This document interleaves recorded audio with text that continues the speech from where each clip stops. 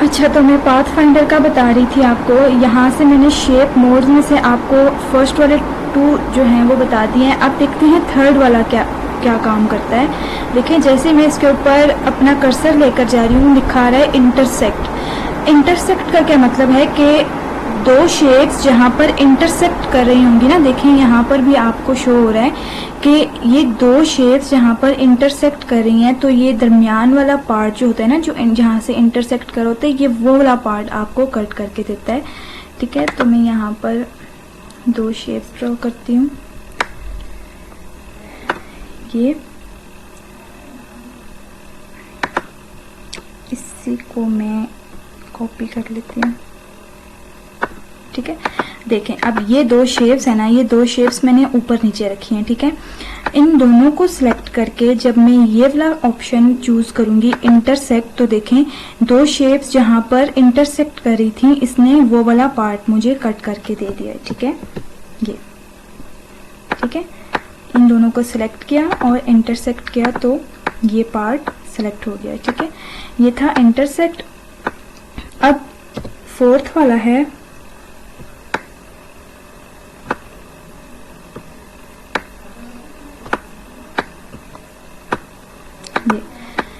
ये 2 शेप्स लिए हैं मैंने। ठीक है, अब फोर्थ वाला है एक्सक्लूड।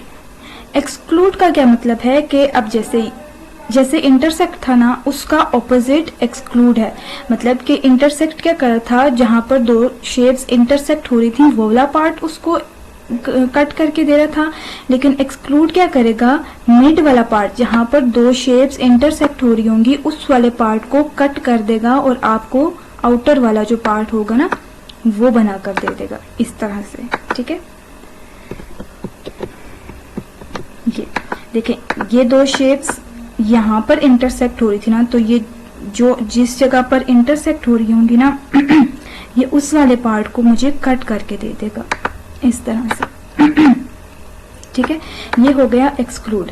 अच्छा, ये थे 4 शेप मोड्स। ठीक है, और नीचे जो आपको ये ऑप्शंस नजर आ रहे हैं 6 ऑप्शंस, ये हैं पाथ फाइंडर्स। ठीक है, इतना ज्यादा डिफरेंस नहीं है, लेकिन चलें देख लेते हैं कि इनसे क्या होता है। ठीक है, यहाँ पर मैंने एक और, अच्छा इसका कलर चेंज कर देती हूँ मैं, ब्लैक इतना अच्छा नहीं लग रहा।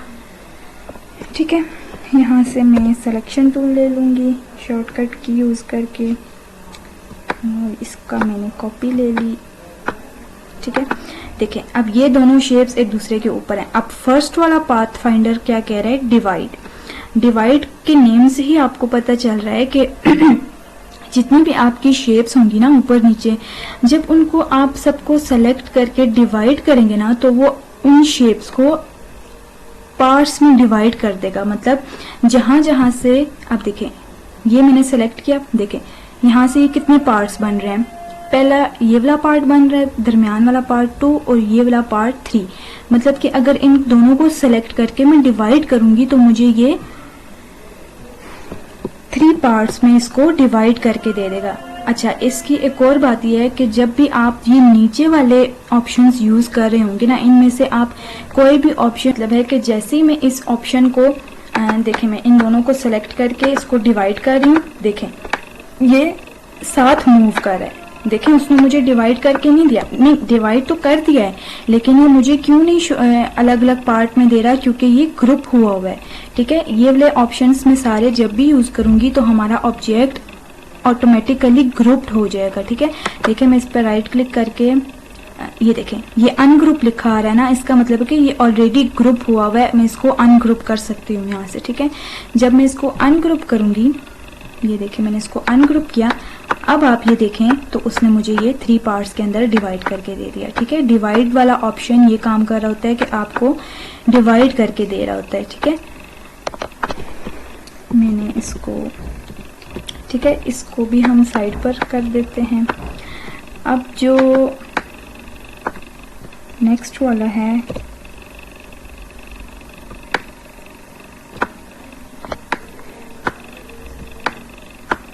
ये कॉपी दे दी उसने। ठीक है, नेक्स्ट वाला ऑप्शन क्या है, ट्रिम। अच्छा, ट्रिम क्या कर रहा होता है, ट्रिम का मतलब ही आपको पता है कि वो कट करके दे रहा होता है। ठीक है, इसको मैं ट्रिम करती हूँ।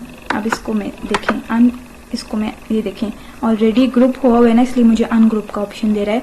अनग्रुप किया तो इसने ट्रिम करके दे दिया। ठीक है, ये बिल्कुल इस जैसा है माइनस फ्रंट वाला। अच्छा, माइनस फ्रंट में वो क्या कर रहा था कि वो फर्स्ट वाली फ्रंट वाली जो उसकी शेप थी ना, वो उसको बिल्कुल मुझे कट करके दे रहा था। लेकिन ट्रिम क्या कर रहा है कि मेरे पास जो फ्रंट वाली शेप है वो कट नहीं हो रही है, मतलब वो खत्म नहीं हो रही है, लेकिन वो नीचे वाली शेप को मुझे ट्रिम करके दे रहा है। जितनी शेप मेरी फर्स्ट वाली इसके ऊपर आई हुई थी ना, उतनी ही शेप मुझे वो ट्रिम करके दे रहा है। ठीक है, माइनस फ्रंट वाले में क्या हो रहा था कि वो फ्रंट वाले को बिल्कुल माइनस कर रहा था, खत्म कर रहा था। ठीक है, अगर मैं इसको माइनस फ्रंट करके आपको दोबारा से बता दूं, ये कंट्रोल Z किया। ठीक है, ये देखें, ये दो शेप्स थी ना, ये देखें ये अलग अलग शेप्स है। ठीक है, फ्रंट वाली शेप ये है, मैं इसका कलर चेंज करके आपको बता देती हूँ, आपको सही समझ आ जाएगी। ठीक है, अब देखें ये दो सर्कल्स हैं, फ्रंट पे ये वाली शेप है। ठीक है, इस ऑप्शन का क्या मतलब है कि ये फ्रंट वाली को माइनस करेगा नीचे वाली में से। ठीक है, देखें जितनी फ्रंट वाली शेप नीचे वाली शेप के ऊपर आई हुई है, उतना पार्ट वो माइनस कर देगा। ठीक है, और इसने फ्रंट वाली शेप को मुझे खत्म करके दे दिया। लेकिन ट्रिम वाला ऑप्शन क्या कर रहा है, वो मुझे ट्रिम तो करके दे रहा है। मैंने ट्रिम कर दिया ना, तो मैं इसको अनग्रुप करूंगी। ये देखें, उसने नीचे वाली शेप को मुझे कट करके दे दिया, लेकिन ऊपर वाली शेप मेरी डिलीट नहीं हुई। ठीक है, तो ये होता है ट्रिम। इसको भी मैं साइड पे कर देती हूँ। ठीक है, इसकी मैंने कॉपी ले ली। अच्छा, अब नेक्स्ट थर्ड वाला क्या है, मर्ज बिल्कुल यूनाइट की तरह है। ठीक है, यूनाइट का भी एक ही काम है और मर्ज का भी एक ही काम है। ये भी दो शेप्स को आपस में यूनाइट कर देता है, मर्ज कर देता है। मर्ज का मतलब क्या है, जोड़ देना। ठीक है, तो अब मैं अगर इन दोनों को रख के यहाँ से मर्ज करूँ तो देखें बिल्कुल उसने यूनाइट की तरह ही इसको मुझे जोड़ कर दे दिया आपस में। ठीक है, ये था थर्ड ऑप्शन। फोर्थ वाला क्या है, क्रॉप। अब देखते हैं क्रॉप से क्या होता है। इसका मैं कलर चेंज कर देती हूँ। ठीक है, ये इन दोनों को ऊपर रखा, क्रॉप किया तो देखें, ओहो, उसने एक शेप को क्रॉप कर दिया। दोनों शेप्स को सिलेक्ट किया और क्रॉप किया। देखें क्या काम किया उसने, इंटरसेक्ट वाला। ठीक है, ये तकरीबन एक ही जैसे हैं, लेकिन क्रॉप भी वही काम कर रहा है, इंटरसेक्ट भी वही काम कर रहा है। इंटरसेक्ट, ये देखें, ये मैंने इंटरसेक्ट किया था, इसने भी वही काम किया था ना, तो क्रॉप भी वही काम कर रहा है कि आपकी दो शेप्स जहाँ पर इंटरसेक्ट कर रही हैं, वो वहाँ से उसको क्रॉप करके दे रहा है। ठीक है, फिफ्थ वाला ऑप्शन है आउटलाइन। ये क्या करेगा, जैसे यूनाइट में आपकी शेप्स जो हैं यूनाइट हो रही थी ना, आउटलाइन क्या करेगा, आपकी शेप्स को यूनाइट करके इसकी आउटलाइन बनाकर दे देगा। ठीक है, अगर देखें यहाँ से मैं इसको यूनाइट करती हूँ तो आप ज़रा देखें, मैं आपको ये देखें, उसने मुझे आउटलाइन क्रिएट करके दे दिया। ठीक है, आउटलाइन ये कर रहा था। ठीक है, अच्छा, उसके बाद सिक्स्थ वाला ऑप्शन है माइनस बैक। ये क्या कर रहा था, माइनस फ्रंट कर रहा था, ये क्या करेगा, माइनस बैक करेगा।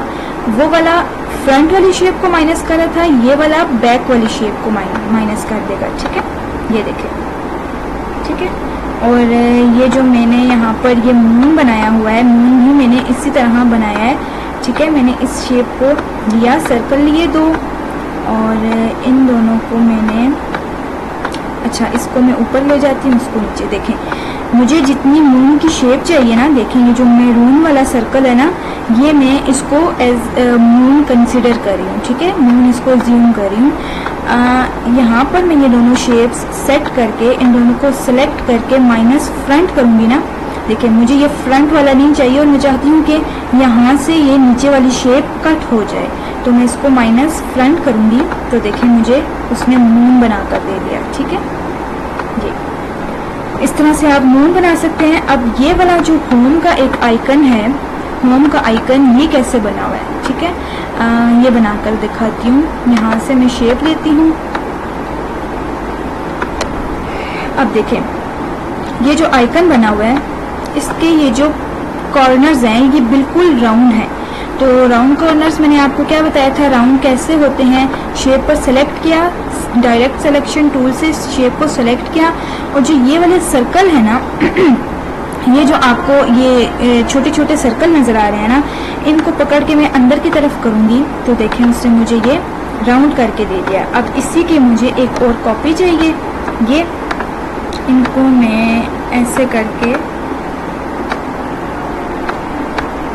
यहाँ पर सेट कर दूँगी, ठीक है, ऐसे करके ये देखें अब मैंने ये सेट कर दिए हैं। लेकिन देखें शेप जो हाउस था उसका ये वाला पार्ट तो बन गया, लेकिन अभी भी ये सिर्फ 2 शेप्स हैं। देखें ये 2 शेप्स हैं। मैं चाहती हूँ कि ये दोनों यूनाइट हो जाएं, ये दोनों एक ही पाथ बन जाए। इन दोनों को सिलेक्ट करके सिंपल यूनाइट करूँगी। अब देखें तो ये एक ही शेप बन गया, एक पाथ बन गया, ठीक है। ऊपर वाला जो है इसका पार्ट बन गया, नीचे वाला पार्ट बनाते हैं। यहाँ से मैं राउंडेड रेक्टेंगल लूँगी, ये इसको सेलेक्ट करके मैं यहाँ पर रखूँगी। बहुत छोटा है, इसको बड़ा कर देती हूँ ये, और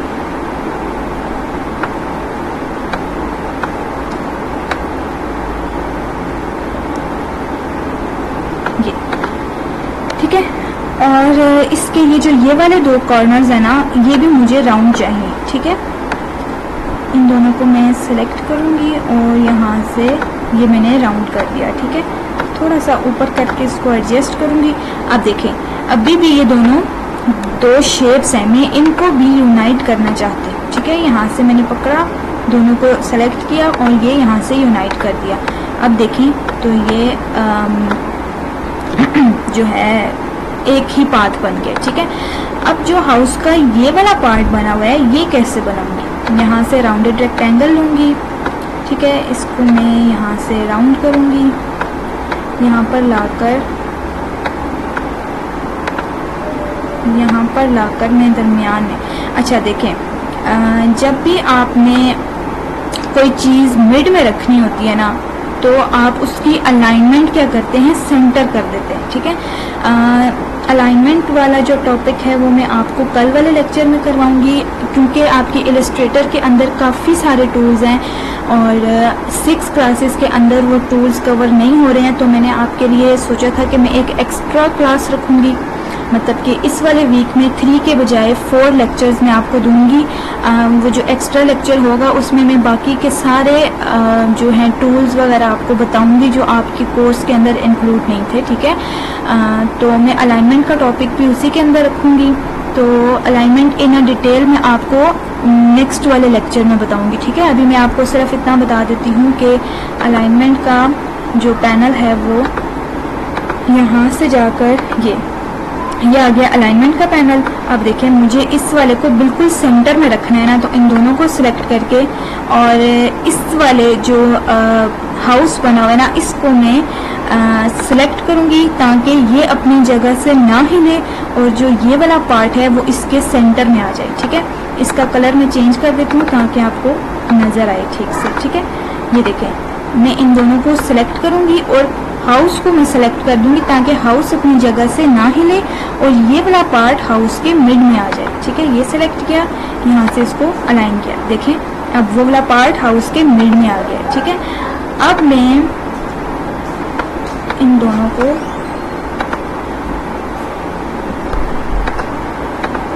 सिलेक्ट करके यहाँ से माइनस फ्रंट कर दूंगी, ठीक है। वो पाथ फाइंडर वाला पैनल किधर गया, यहाँ से ले आते हैं दोबारा से, ठीक है। ये रहा पाथ फाइंडर का पैनल। यहाँ से मैं फ्रंट माइनस फ्रंट करूँगी, क्यों, क्योंकि मुझे ये वाला पार्ट कट करना है, ठीक है। नीचे वाली शेप के अंदर से ऊपर वाली शेप को माइनस करना है, तो यहाँ से मैं माइनस फ्रंट करूँगी। तो ये देखें सेम बन गया, ठीक है। अब जो ये वाला पार्ट रह गया है ना, इसके अंदर मैं कोई भी शेप रख के ये इसको इन दोनों को सेलेक्ट करके ग्रुप कर दूंगी, ठीक है। ये ठीक है। अब देखें तो वो अंदर वाला जो था या बल्कि मर्ज कर देती हूँ यहाँ से। ये देखें मर्ज कर दिया तो वो उसके अंदर मिक्स हो गया। ठीक है, अब इसको मैं, अच्छा इसके ये जो कॉर्नर्स हैं ना, ये वाले कॉर्नर्स ये बहुत ज़्यादा राउंड हो गए हैं, तो मैं डायरेक्ट सिलेक्शन टूल से इसको थोड़ा सा